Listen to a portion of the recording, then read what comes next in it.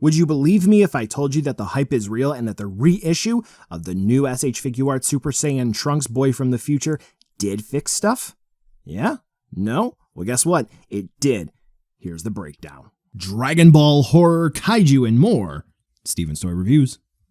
Hey collectors, it's going to be Steven here, and I am very happy to bring you this fun video going over the differences with the recent release of the SH Figuarts Super Saiyan Trunks, the boy from the future. Now, there were plenty of issues that collectors had with the original release of the figure when it came out last year. Yours truly initially didn't really have a whole lot of issues with my unit, but over time, some of the issues actually began to creep up, believe it or not. And thanks to BigBadToyStore, I have been able to receive one of the new releases, one of the production units, so with them, I'm able to do a breakdown of the differences between the two releases.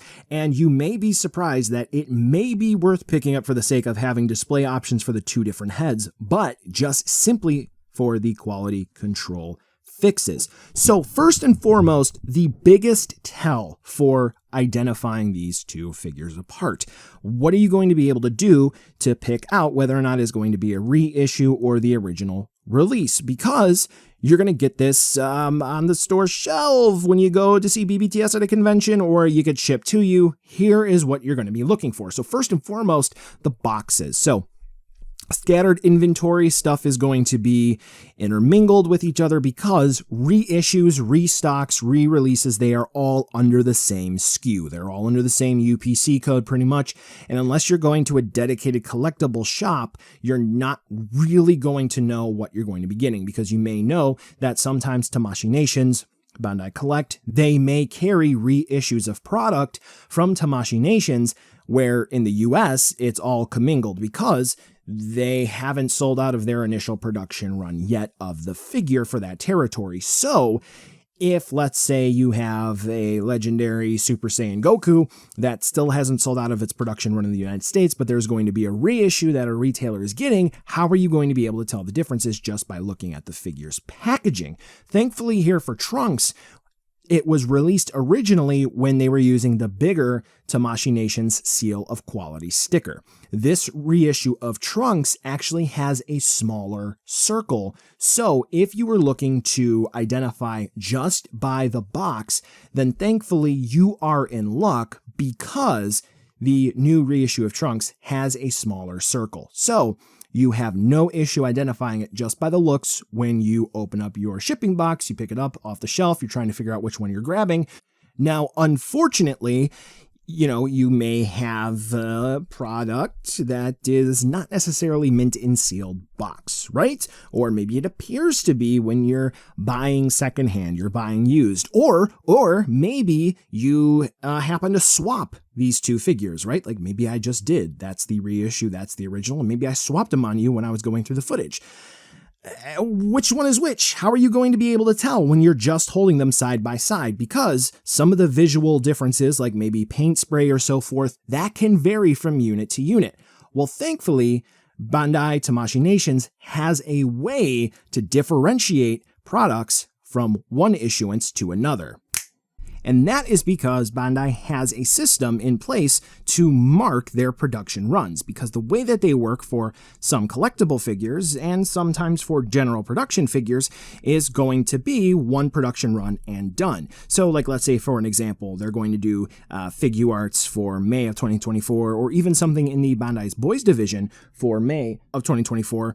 It may not have a reissue until months later, because they won't produce it continuously. They just may have one batch shipped to warehouses, distributors, so forth, and then it won't be available again until they do production run again. So if you, the customer, are looking to pick it up, how are you going to differentiate between whether or not you have the original release or a subsequent reissue?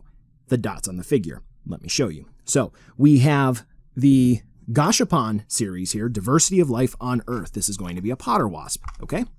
So if we take a look here at the inside of the container that this figure came in, which is going to be its nest, let's zoom in and focus in here. You will see right above where my finger is on the screen, 4 dots, cardinal direction, north, south, east, and west, next to that string of numbers that are there that are going to end in 1, 4. So those 4 dots indicate that this is going to be the original release of the Potter Wasp that is here. So if this should get released again, then what that means is that is going to be a reissue of this particular Potter Wasp, which the Diversity of Life on Earth line is a fantastic release series. It is a great lineup. You should get them if you like them. So what does this look like for these releases? Well, we do have an original release and a reissue of Gogeta. We have the repaint of Chun-Li, and then we have a sort of kit bash of Piccolo. You'll see exactly what I'm talking about here in a second. So let's take a look at Gogeta here for a second, right?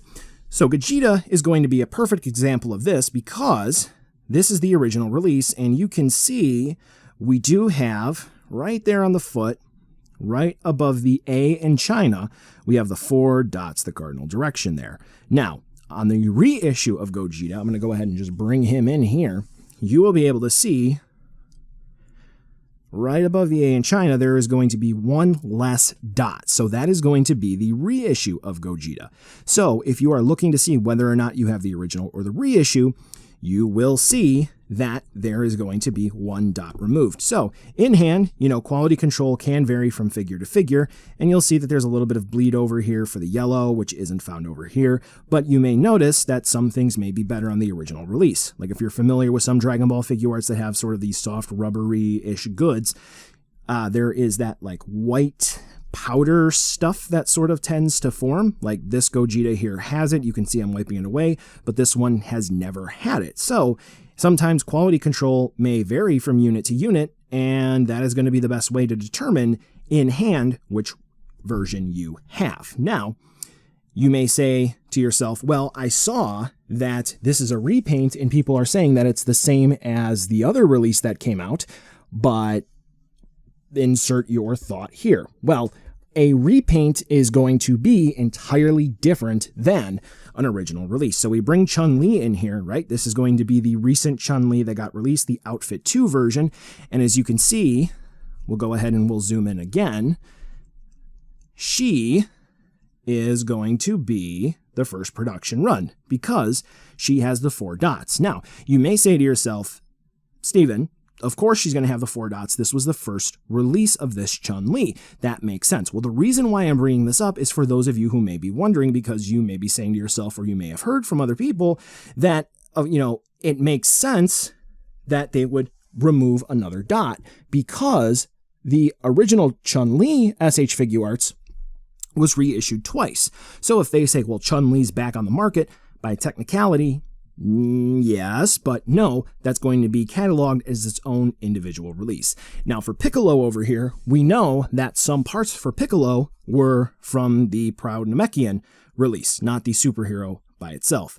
So as you can see down here, we do have the 4 dots. So this is cataloged individually as its own release, and every production run thereafter will have 1 dot removed. So every time there is the Proud Namekian reissue, they will remove 1 dot, but that won't affect the production run of the superhero version of Piccolo. So I do hope that that sort of helps you in determining and figuring out which production run of a figure you may have. Now, you'll notice that there are 4 dots. I've never seen this happen myself, but I do know that with other products that do have this dot system, eventually, once they run out of dots, they actually switch over to a different shape. And then once they run out of that, they switch over, and then they switch over. So they can go on as long as there are shapes. That's fun. So let's continue talking about Trunks. All right, so that is pretty much going to be it in the looks department, if you will, for what's notably different at first glance between these 2 releases. What you can look at otherwise is going to be actually the quality control with the paint and so forth for the hair and the faceplate. So here's going to be a direct side-by-side comparison for both of the figures. Again, the recent issuance is going to be on the left and the original is going to be on the right. I will say that the differences are very, very subtle.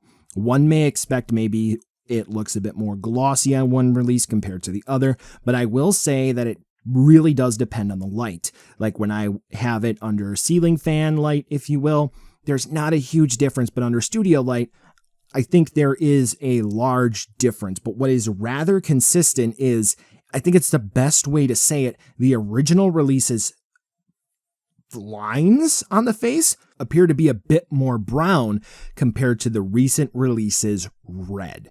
I think that is the best way to help you if you do happen to get the new release and you mix up parts and you really want to keep everything one-to-one.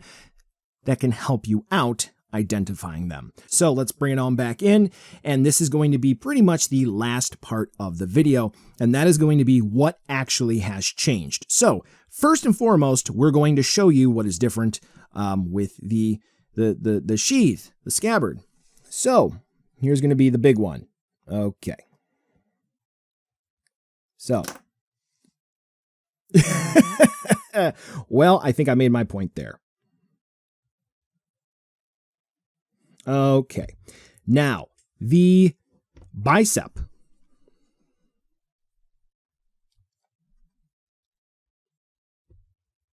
Not an issue whatsoever there. Okay, now how about the original release? There we go. Now, how about the other arm? Yep, other arm too.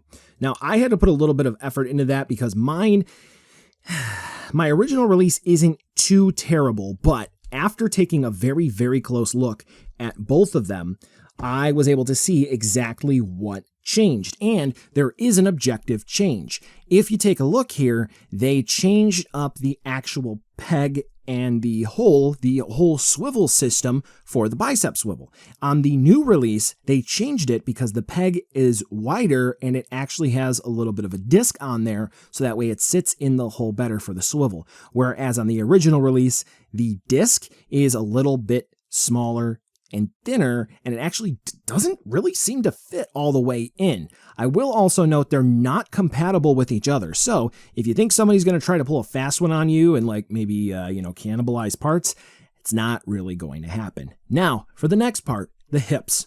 So the hips have been an issue for some folks. Like here, we get a little bit of a wiggle. Mine never have really been too terrible on my original release, and I'm going with this one for a reason. So as you can kind of see, it's not too bad, but we got some movement. Now on the reissue, the new release, it's not moving at all. Now, I don't have a visual representation here. Like I don't have any pictures to show you like I could for the biceps, okay? What I will say is that I have popped the legs off at the hips, okay? I've popped them off. The ball joints are the same. They look the same, and they're actually compatible with each other. So you can pop the leg off of this one and throw it on that one. What's interesting is that the quality remains the same. So if you take this leg and you put it on that trunks, what I'm thinking is going on is there's something in here that is causing that issue. Because you see how loose that is?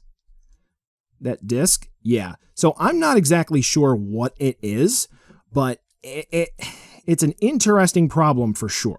So if anyone happens to know, if we've for sure figured that out, let me know in the comments down below, please. Okay, so now that we have that, is there anything else? Well, I will say that the ab crunch is a little loose on my original release. That could just be a variance between releases, so that's not really all that big of a deal. But here, it's very nice and smooth. Head moves around nice, no real issues. Whereas with this one, it's kind of wobbly, just a bit. And is there anything else? Yes. I'm gonna zoom in for dramatic effect here. Are you ready? Can you guess? Now, I fixed this for my review.